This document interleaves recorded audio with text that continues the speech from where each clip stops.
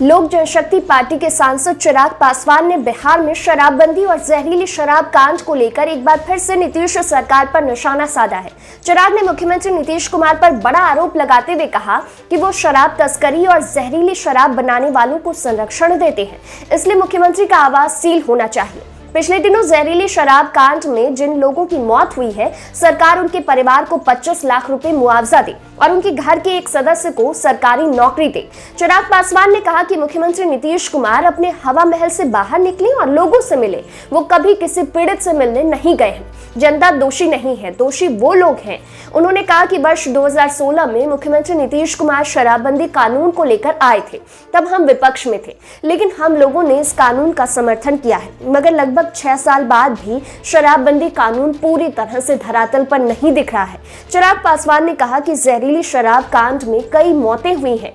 मुख्यमंत्री नीतीश कुमार को एक्शन लेने की जरूरत है। मुख्यमंत्री यह जवाब दें कि शराब कैसे मिल रही है। इससे पहले भी चिराग पासवान ने कहा था कि बिहार में शराबबंदी नहीं है, शराबबंदी का मजाक उड़ाया जाता है। बिहार में होम डिलीवरी में शराब मिलती है। मुख्यमंत्री नीतीश कुमार का शराबबंदी कानून पूरी तरह से फेल है। चिराग पासवान ने पत्रकारों से बातचीत में कहा कि जहरीली शराब कांड में कई घरों में मातम छा गया है। उन पर सरकार और मुख्यमंत्री की वजह से दुखों का पहाड़ टूट पड़ा है।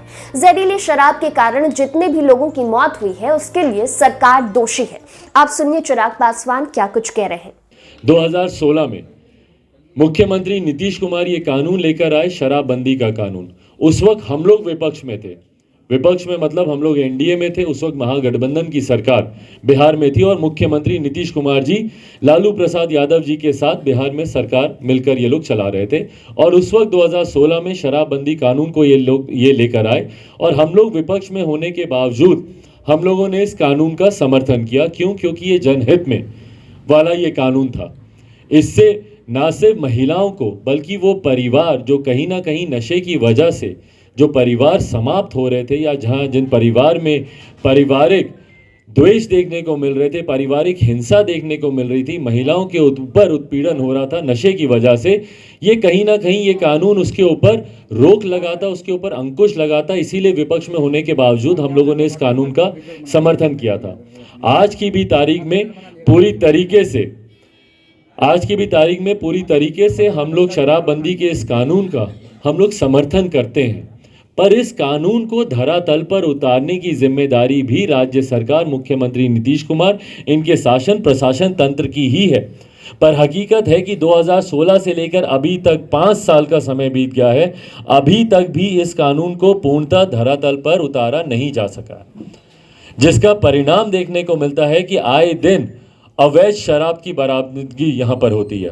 कभी आपको एम्बुलेंस में आपको शराब पकड़ी मिलेगी, कभी आपको पुलिस की गाड़ियों में शराब की बरामदगी मिलेगी, कभी आपको स्कूल के बस्तों में आपको शराब बरामद होती हुई मिलेगी। और तो और अब ये जहरीली शराब बनाने का एक ये चलन शुरू हो गया। अब उसका उत्पादन यहाँ पर तस्कर कर रहे हैं या बाहर से उसको लाया जा रहा है। ये तमाम बातें जांच का विषय है। पर ये बड़ी संख्या में ये चीज़ जहरीली शराब बनने और मिलने लगी है हमारे प्रदेश में, जिसकी वजह से आए दिन प्रदेश में घटनाएं हो रही हैं। कल हम लोग गए थे लोक जनशक्ति पार्टी रामविलास की तरफ से, मैं खुद और हमारे साथ पार्टी के तमाम वरिष्ठ नेता विभिन्न जिलों में हम लोग गए थे। खास तौर पे 3 जिले गोपालगंज, बेतिया और आपका मुजफ्फरपुर, तीनों जिलों में जहां पर बड़ी संख्या में लगभग 50 से ज़्यादा लोगों की दुखद मृत्यु हुई है जहरीली शराब पीने से। कई ऐसे हैं जो कि अस्पताल में भर्ती हैं। एक इसका तुरंत साइड इफेक्ट, एक इसका एक फॉर्मेट सेट होता जा रहा है कि भैया आपकी आंखों की रोशनी चली जाती है और उसके बाद आपको एक बेचैनी होती है और उसके बाद आप बचते हैं नहीं बचते हैं, ये आगे भगवान के ऊपर है। पर ये एक फॉर्मेट तय होता जा रहा है। तो कितने ऐसे हैं जिनकी आंखों की रोशनी गई हुई है। उन परिवार वालों से मेरी मुलाकात हुई, जिन परिवार में दुखद निधन हुआ है, मृत्यु हुई है, उन परिवार वालों से मेरी मुलाकात हुई। पर दुख इस बात का है कि जवाबदेही अभी तक तय नहीं हो पा रही है कि भैया क्या कारण है कि ये जहरीली शराब की वजह से लोगों की मौत हो रही है। और ये भाई वो खबरें हैं जो सुर्खियां बनती हैं। क्यों? क्योंकि बड़ी संख्या में यहाँ पर निधन हुआ है। पर रोज बिहार के किसी ना किसी गांव में ऐसी मृत्यु हो रही है जो सुर्खियां नहीं बनती, खबरें नहीं बनती। क्यों? क्योंकि एक व्यक्ति का निधन हुआ या 2 व्यक्ति का निधन हुआ, वो मीडिया में उस तरीके से उठता नहीं है। पर आए दिन इस तरीके का निधन हो रहा है, इस तरीके की मृत्यु हो रही है। ये जिम्मेदारी, जवाबदेही तय करने का समय है। मुझे दुख होता है जब प्रदेश के मुख्यमंत्री नीतीश कुमार छूटते ही इसके ऊपर बोल देते हैं कि भैया जो पीने वाला है वो दोषी है। आप एक्शन के रिएक्शन के ऊपर कार्रवाई की आप बात कर रहे हैं। भैया मुख्यमंत्री हैं आप इंजीनियर हैं, पढ़े लिखे हैं, आप अपने आप को आप इंजीनियर कहते हैं, आप बोलते हैं कि आप पढ़े लिखे हैं, तो आप समझिए कि जब एक्शन नहीं होगा तो रिएक्शन कहाँ से आएगा। तो आपको एक्शन की जड़ पर जाने की जरूरत है, रिएक्शन के ऊपर कार्रवाई करने की जरूरत नहीं है। आप रिएक्शन पे कार्रवाई कर रहे हैं। भैया अगर वो शराब मिलती ही नहीं तो वो दोषी पीता कैसे, या वो व्यक्ति पीता ही कैसे। आप जिसको दोषी बोल रहे हैं कि भैया दोष पीने वाले का है, वो पी इसीलिए रहा है क्योंकि शराब मिल रही है। आज तक हम लोगों ने कभी नहीं देखा, या अगर आप लोगों ने देखा हो तो मेरी जानकारी को आप लोग दुरुस्त कीजिएगा, आखिरी बार किसी पीड़ित परिवार से मुख्यमंत्री नीतीश कुमार जी कब मिले थे।